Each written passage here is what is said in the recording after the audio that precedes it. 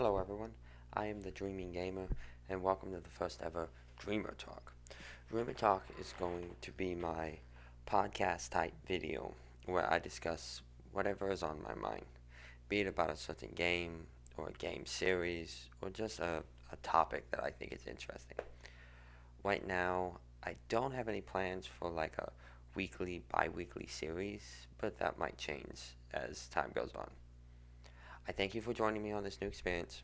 So let's dive right in. So today, on April 27th, 20 years ago, so April 27th, 2000, in Japan, one of my favorite Zelda games, and honestly one of my all-time favorite games, was released. The Legend of Zelda, Majora's Mask.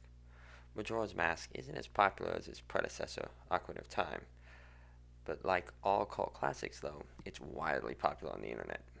So I asked myself, how could I honor this game in a way that hasn't been done over and over?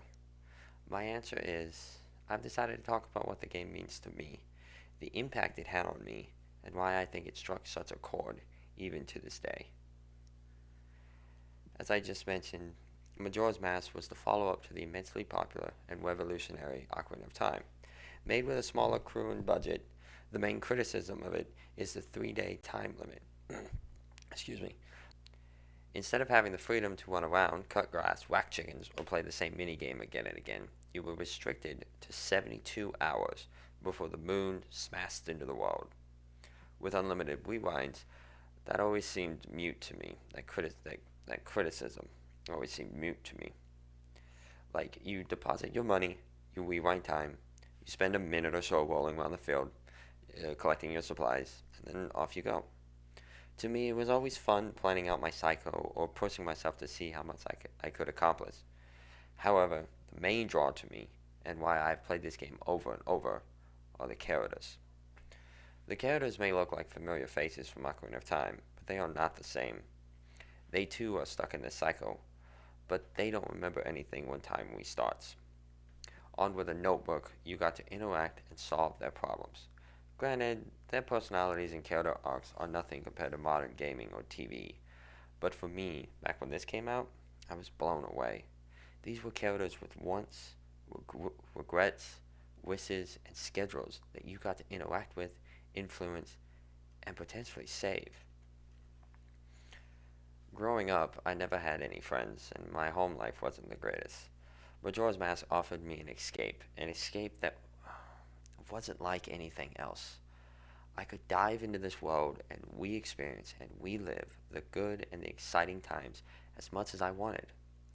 These characters, in a sad, depressing way, were my friends. Unlike other games, if I wanted to hang out with those characters or reminisce about the good times, I'd often have to have I'd often have to restart the entire game. But not so with Majora's Mask. The sprinkling of the darker themes, the Deku Butler's son, the little girl's father, the captured monkey who gets dunked in the boiling water, the doom spirits, and others, make the world feel grounded, lifelike. The fact that you can't save everyone also really struck with me. Every time I play Majora's Mask, before I face down the mask, I'd run around and solve as many problems as I could, because I wanted to help these people. I I know that when you beat the game, everything goes hunky dory and that's it. But I don't know. I got more of satisfaction out of the game by going and completing the quest, especially the big one, especially the Lover's Crest. Reuniting them, Andrew and Kaffy, is immensely satisfying and sad because when you reunite them and you don't save the day, they agree to be together and face the destruction that's on its way. Like, it's just, and I know that you can set it up so that Kaffy comes back, but I could never do that. I don't know. That's just so cruel to me. Speaking of the people, the giants to me always represented the hope and wishes of the inhabitants of Termina. Kind of like a spirit bomb, haunts of the card concept. I know those concepts are fairly popular in Japan. Rely on others and friendship. But I'm also not crazy about excessively dark worlds or stories that are dark and edgy to the point that they're ridiculous. But I feel Majora's Mask handled its elements well. Because when you're playing as Link, I could rescue and befriend these characters and save the day. Though, in a way, I guess I was similar to the Skull Kid in Majora's Mask. When you get the all night mask and you stay up and you talk to Granny at the Stockbot Inn, you learn that the Skull Kid was friends with the Giants. When they had to leave, he viewed them as abandoning him. He didn't, couldn't, or wouldn't understand that they had a responsibility that they needed to do. They needed to protect the fort. They needed to protect their areas. When you go up to the moon and you encounter Majora's Mask, you find him sitting alone under a tree. No one wants to play with him. All the other kids are playing, and they're all playing hide and seek. Hide and seek? Yeah, playing hide and seek, but no one wants to play with Majora's Mask. They probably viewed him as wicked, awful, or just strange. And while I'm not saying that he's not any of those things, what I'm saying is that Majora's Mask was abandoned. Like, no one wanted to be with him. He was the outcast. He was the freak. He was the weirdo. And these two characters, both abandoned by their friends, managed to find each other. However, whereas the Skull Kid was sad, even depressed that his friends left, Majora was wrathful and full of hate. Like, I think even one of the forms you face is called Majora's Wrath. Maybe he. Is Majora he, she, they, it caused problems and couldn't understand why no one wanted to be their friend. We all know those people, or are those people, who have trouble expressing ourselves. And so we're either pranks, we play pranks, we make jokes, we say stuff that we try to get attention, but many people seem as inappropriate. Um, and we don't mean any harm by it. We just are so wrapped up in our concern of trying to making friends, that we don't think about what we're saying. Because they always say be yourself, but you're not always accepted for being who you are. But back to Majora's Mask. So with these two characters, in their fury, in their anger and their rage, they struck out at everyone around them, and in the process nearly destroyed Termina. The Skull Kid learned from his mistake at the end of the game, but Majora didn't. After you beat Majora, he fades away, and then the mask is just powerless. Uh, and then at the end of the game, in a simple act that I think represents growing up, the Skull Kid learns that the Giants never stopped being his friend. Just because the four Giants ran away to do their responsibility to take care of their job does not mean they're no longer friends with the Skull Kid. They still like the Skull Kid. They just have other responsibilities. The Skull Kid also found friends who liked him for who he was, in the form of Tattle and Tail. A very rare thing, that when you can be truly yourself, prankster, weirdo, oddball, and then to find people who like you for who you are, that's special. And then Link. Link also befriends him before departing to continue his search for his own friend. Um, and really, that's what Link is doing when he runs across the Skull Kid. He's looking for his own lifelong friend in the form of Navi.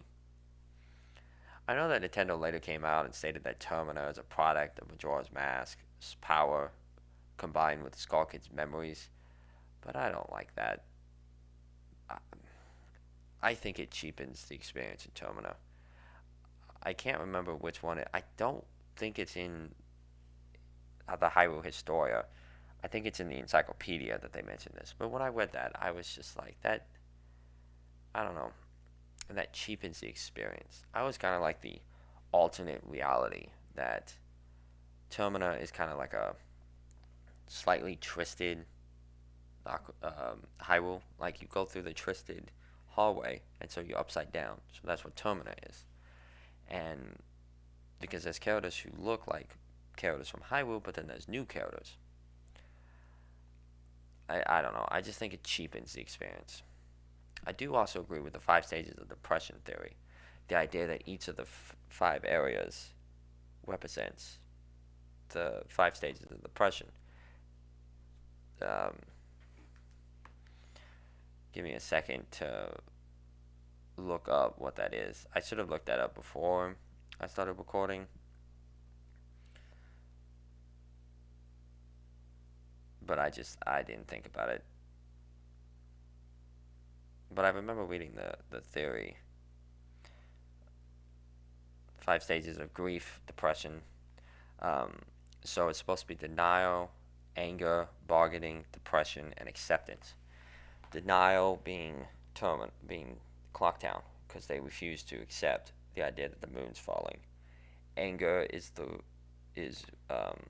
forest because they're angry that the princess is gone.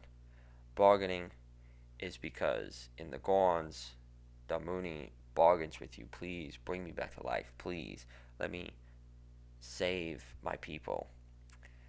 Depression represents Azora's because like what is depression but what Lulu is going through. She loses her children. She doesn't talk anymore. And then acceptance. Acceptance is Iconic Canyon. Like they're all dead. They've all passed on, and they accepted that. And it also makes sense given the reports that the project director Eiji Anuma, I'm sure I mispronounced that, was stressed and under a lot of pressure during the production of the game. His crew must have felt the pressure too, and that had to have bled into the world in some way. Because he was only given a year. He was given a smaller budget, a smaller team, a smaller, less experienced team, and a year to make this game. And coming off the heels of Ocarina of Time, it's got to be a lot of pressure. But maybe Majora's Mask has a different theme. Not a theme about the cycle of depression, but maybe a theme of friendship. Like what friendship can do, how far you will go for your friends, and what the lack of friendship or the lack of understanding how friendship works can do to a person. Or maybe it's just a Zelda game built around a Groundhog Day mechanic. Alright, so I want to thank you all for joining me on this very first Dreamer Talk, my very first Dreamer Talk. Like I said before, I don't know how often I'm going to be doing this. It's just gonna kind of be like whenever I have an idea or a discussion that I want to talk about, then I'll do it here. Uh, I saved this for the end of the video in case after you hear the discussion and my thoughts on it, that you just decided to turn off. But when I was a kid, when I was a teenager, I always wanted to be on the radio.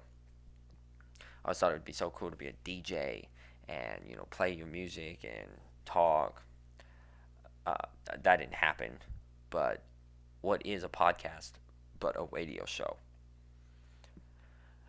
And I had plans for a much bigger production. I wanted to use footage as I talked instead of just this banner. And I probably will as I get more footage. But for now, it's just going to be this banner for Dreamer Talk. But yeah, so Majora's Mask is a great game. It's a fantastic game. It's on the 64, it's on the Wii, it's on the GameCube, it's on the 3DS, it's on the Wii U.